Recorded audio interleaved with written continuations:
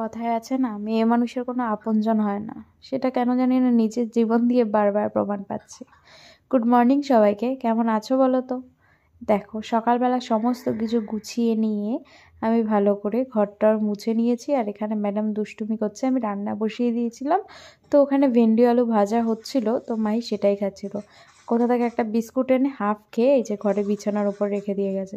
আমি সব গুছাই আর নোংরা করার দায়িত্ব হচ্ছে ওর। আর অলরেডি রান্না বসিয়ে দিয়েছি। আর ওই যে ওপরে আমি যে পর্দাটা ছিল রান্নাঘরের, সে পর্দাটাকে আমি কাচতে দিয়ে মানে কাচবো, তার জন্য পর্দাটাকে আমি খুলেছি। আর এখানে আমার মোটামুটি রান্না কমপ্লিট। এই যে টক করেছি, মায়ের জন্য তরকারি করেছি, ভেন্ডি আলু ভেজেছি, মানে সকালের জন্য এটা। আর এখানে ভাতও হয়ে গেছে গরম গরম। এবার খাওয়ার টেবিলের কভারটাও তুলে নিলাম, এটাকেও ধোবো ভাবছি। অনেক দিন হয়ে গেছে তো এটা পাতা আছে, খুব একটা নোংরা হয়নি, কিন্তু আমার কেমন জানি মনে হচ্ছে একটু চলো এটাকে একটু ধুয়ে নিই। তো সমস্ত কিছু এই যে কেচে কুচে আমি কমপ্লিট করে নিয়েছি। এখন এগুলোকে গিয়ে মেলে দিয়ে আসবো। তারপর মেলে দিয়ে এসে মাহিকে ভাত খাইয়ে নিয়েছিলাম, সেই ভিডিও ক্লিপসটা নেওয়া হয়নি। এখন আমি ভাত খেতে বসেছি। সবসময় তো মাহির খাওয়া তোমরা দেখো, আজ নয় আমার খাওয়াই দেখো। তারপর বরমশাই ফোন করেছিল, কিছুক্ষণ কথা বললাম বসে বসে। তারপর মনে হলো মাথার মধ্যে একটু তেল দিই, অনেক দিন মাথার মধ্যে তেল দেওয়া হয় না। যেই পরিমাণে চুল উঠছে সেই ব্যাপারে তো আর কিছু বলারই নেই। দুদিন পরে আমি টাকই হয়ে যাব, দেখবা টাক হয়ে ঘুরে বেড়াচ্ছি। তো এখানে একটু মাথার মধ্যে এই যে দেখো চুল, মানে মুঠে মুঠে মুঠে মুঠে চুল উঠছে। আর তেল দিলে তো তার উপরে কোনো কথাই নেই, আরও যেন বেশি চুল উঠছে। জানি না, তেলগুলো আমি বাড়িতে বানিয়েছিলাম, যখন প্রথম বানালাম ভালোই ছিল। তারপর চলো সেসব কথা ছাড়ো। তো এখানে আমি এই যে দেখো সবজি, আমার দুপুরের জন্য একটুখানি সবজি করে নিয়েছি। এই যে সমস্ত কিছু দিয়ে একটু মুগ ডাল দিয়ে সবজিটা করে নিয়েছি। সবজিটাতে তেমন কিছু মশলাপাতি লাগে না, কিন্তু খেতে কিন্তু বেশ ভালোই লাগে। আর রান্না করতে করতে মাই মাঝখান দিয়ে এসে বলছে আমাকে কোলে নাও, আদর করো। তো কি করব, আমার একমাত্র মেয়ে বলে কথা, ইনি চেয়েছেন। আর আমি না স্নান করে এসেছিলাম এই ফাঁকে গিয়ে, খেয়াল করে দেখবে আমার নাইটিটা চেঞ্জ করা।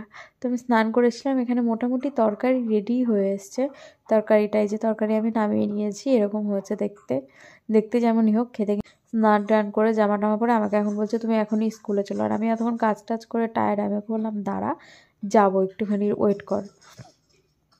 তো এখানে এই যে আমি ছাদে এসেছিলাম, স্নান করার পর না জামা কাপড়গুলো নাড়া হয়নি, মাকে স্নান করিয়ে দিয়েছিলাম যেহেতু গরম জল বসানো হয়ে গেছিলো। তো আমি এই জামা কাপড়গুলো নেড়ে দিলাম। আর সকালবেলা যেগুলো কেচে নিয়ে গেছিলাম তার মধ্যে থেকে যে কটা শুকিয়েছে সে কটাকে আমি নিয়ে চলে আসলাম। শীতকাল তো ছাদের মধ্যে একটু বেলা হয়ে গেলে কুয়াশা পড়ে, তখন ওই গরম গরম ব্যাপারটা না চলে যায়। তাই আমি যখনই জামা কাপড় শুকিয়েছি আমি ছাদ থেকে নিয়ে চলে আসি। তো এখানে আমি পর্দাটা, টেবিল কভারটা নিয়ে এসেছিলাম, পর্দাটাকে আমি টাঙিয়ে এনেছিলাম। না কাজ যদি ফেলে রেখে দিই, একবার ফেলে রেখে দিলে এটা ফেলেই রেখে দেওয়া হয়, আর এই কাজটা করে ওঠা হয় না। সেই কারণেই এই যে পর্দাটাকে আমি লাগিয়ে নিচ্ছি। আর আমি এই যে চেয়ারে উঠেছি দেখো, পেছন দিক দিয়ে আরেকজন, আমি যা করবো ওকে তাই করতে হবে, তাই বলে কাজ করবে না।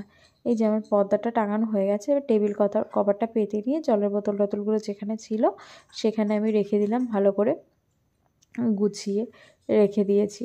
পর্দাটা ভেবো না এটা নোংরা, অ্যাকচুয়ালি পর্দাটার মধ্যে তিলে পড়ে গেছে। এখানে আমি কিছুদিন রান্না করেছিলাম একটা কারণবশত, তো সেই কারণে ওই রান্নার তেল গেছিলো, সেই কারণে ওই পর্দাটার মধ্যে তিলে টাইপের পড়ে গেছে।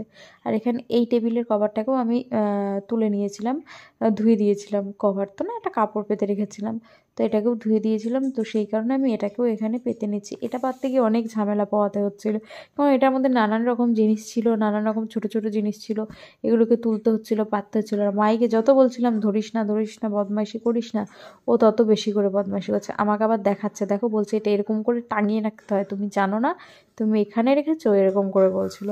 আমার যে কী দুঃখ লাগে, ওর ভয়েসগুলো তোমাকে শোনাতে পারি না। অ্যাকচুয়ালি আমাদের এখানে কারখানায় মেশিন চলে তো, আর এই মেশিনের আওয়াজে তো কিছুই শোনানো যায় না। কি করবো আর বলো, কিছুই করার নেই।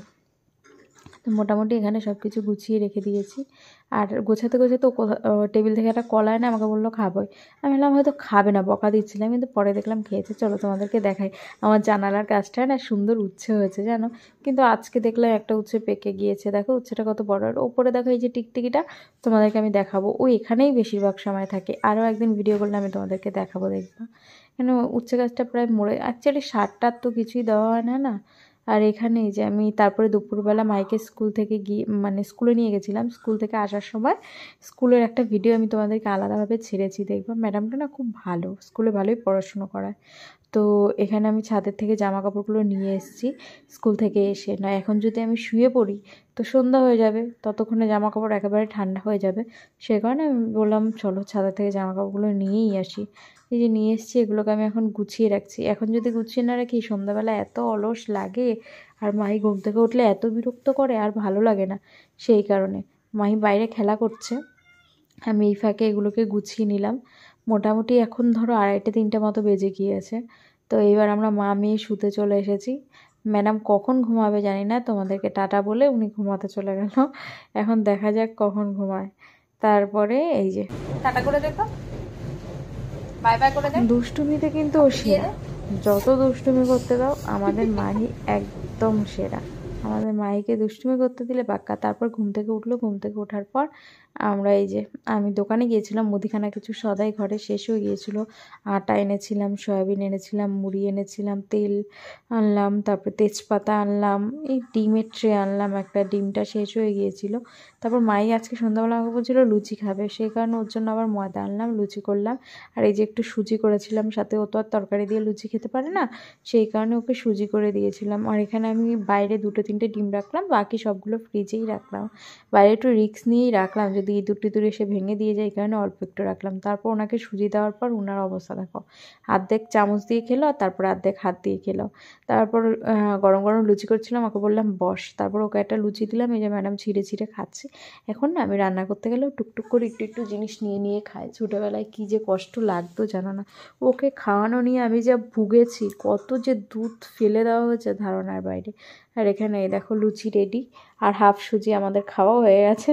আর এই যে লুচির বাটিটা যে এক জায়গায় করেছি, ও টুক করে নিয়ে চলে এসেছে।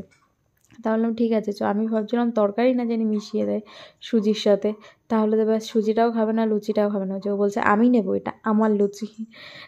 লুচি দেখলে পাগল হয়ে যায়, খায় কিন্তু অতটা না, কিন্তু ওই নামে বানাতে তো হয়।